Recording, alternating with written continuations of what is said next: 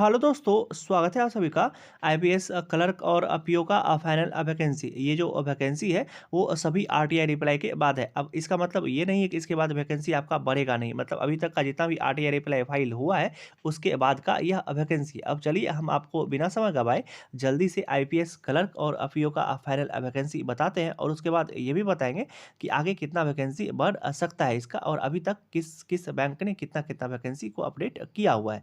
चलिए आगे का बात आगे से कर लेते हैं, मतलब आपको पहले दिखाते हैं कि कितना वैकेंसी बढ़ा हुआ है।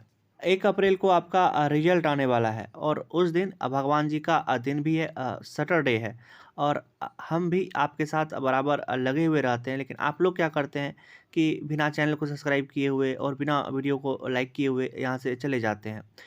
तो एक बात याद रखिए, विश्वास रखिए इस पर कि अगर आप किसी के साथ अगर अच्छा कीजिएगा तो आपके साथ भी ज़रूर कुछ ना कुछ अच्छा ही होगा। और जो किसी के लिए भी अच्छा नहीं सोच सकते, ना ही करते हैं, उनके साथ भी कभी अच्छा नहीं होता। कोई ना तो है ना, कुछ कोई तो है जो हम सब पे नज़र रखे हुए है, तो उसी पे हमको भी विश्वास है, आपको भी विश्वास उसी पे रखना चाहिए। और कुछ अगर किसी के लिए कर सकते हैं तो अच्छा कीजिए और अच्छा सभी के प्रति विचार रखिए, सोचिए। और सबके साथ अपने सब खुद ब खुद आपके साथ सब कुछ अच्छा हो। ये आईबीपीएस पीओ का फाइनल वैकेंसी है अभी तक का 9805। 9405 पहले था और उसमें आप 400 प्लस कर लीजिए तो 9805 हो जाता है। उसके बाद कैसे कैसे किस बैंक का कैसे कैसे इंक्रीज हुआ वो भी हम लिखे हुए हैं। और इसमें बहुत सारे का ना अब बहुत सारा कमेंट आने वाला है कि उस वो ऐसे नहीं बोलेंगे, वो बोलेंगे कि पहले अपनी आंकड़ा को ठीक करने के लिए और तब वीडियो बनाने के लिए, क्योंकि कैनरा बैंक हम रिड्यूस नहीं किए हुए हैं।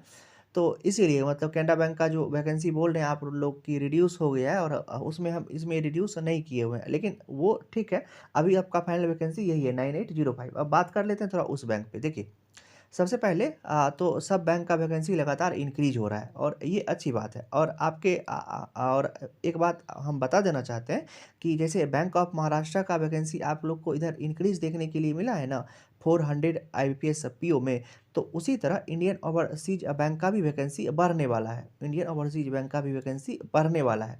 तो ये आप लोग को बात पता रहना चाहिए। उसके बाद कैनरा बैंक पर आते हैं, जो आप लोग का मेन कन्फ्यूजन रहता है कि कैनरा बैंक हम नहीं रिड्यूस किए हुए हैं।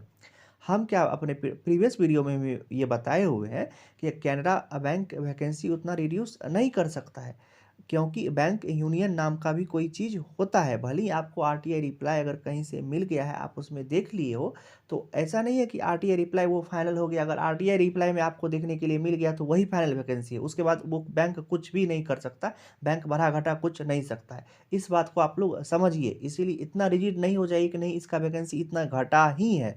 वैकेंसी उतना नहीं घट सकता। और दूसरा बात, अगर आप लोग का एक बात हम मान भी लेते हैं कि वैकेंसी उतना रिड्यूस हो गया है, तब पर भी हम आप लोग के लिए सिर्फ बोले हुए थे क्या कि हम इतना वैकेंसी लेकर के चलते हैं, मतलब 9805 वैकेंसी लेकर के हम चलते हैं। उसके बाद इंडियन ओवरसीज बैंक और सब जो भी बैंक का जितना भी वैकेंसी बढ़ेगा हम उसको नहीं लेकर के चलेंगे। मतलब मेरा फाइनल जो एक एस्टिमेट था कि फाइनल वैकेंसी 10,000 तक जाएगा, तो वो उतना जा रहा है। इसीलिए बोले कि अब जितना भी अगर कैनरा बैंक घटा भी देता है तो तब पर भी 9805 वैकेंसी रहेगा ही रहेगा, तो हम उसको ऐड नहीं करेंगे। इसीलिए हम उसको ऐड मतलब उसको रिड्यूस नहीं किए हुए थे। बाकी सब कन्फ्यूजन आपका क्लियर हो गया होगा। अब सिर्फ एक आरटीआई रिप्लाई पे ना उतना डिपेंड नहीं हो जाइए कि सब चीज़ आरटीआई रिप्लाई तो सिर्फ आपको इन्फॉर्मेशन देता है एट प्रेजेंट टाइम कि प्रेजेंट जिस समय आप आरटीआई रिप्लाई किया तो उसके बाद उसमें कितना वैकेंसी था, तो वो आप लोग को सिर्फ बता दिया जाता है।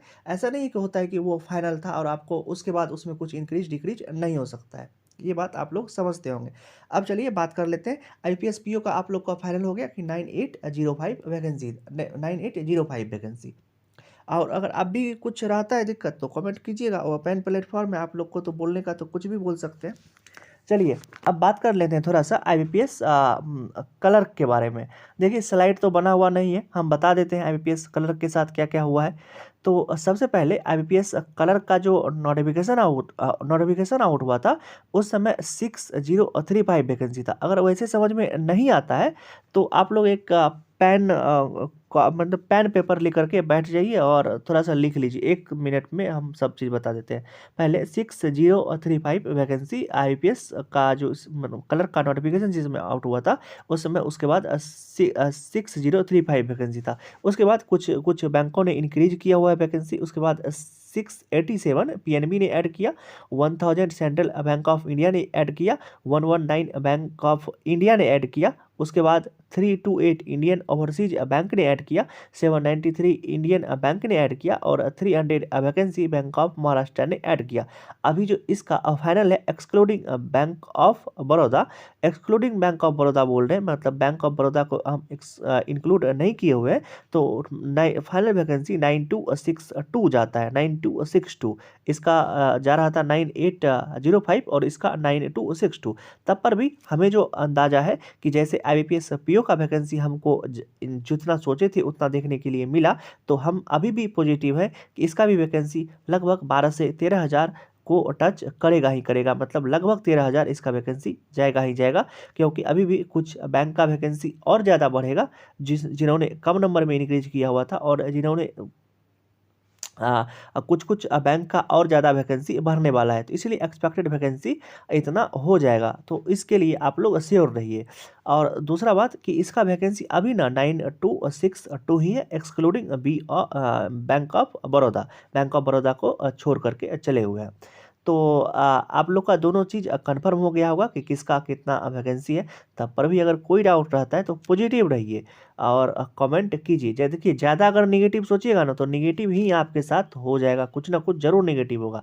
पॉजिटिव रहिए, एनर्जेटिक रहिए, जो कुछ भी होगा एनर्जेटिक रहिएगा ना, तो जो कुछ भी होगा उसको आप अच्छा से मतलब उसको आप क्या कीजिएगा कि मतलब एक होता है ना कि अच्छा से हैंडल कर लीजिएगा सब कुछ को। और अगर दिमाग में कुछ चलता रहेगा नेगेटिव नेगेटिव नेगेटिव, तो सब कुछ नेगेटिव ही होता है। इसीलिए हम बोलते हैं हर एक सिचुएशन में पॉजिटिव रहा कीजिए, तो जो कुछ भी होगा आपके साथ अच्छा ही होता है।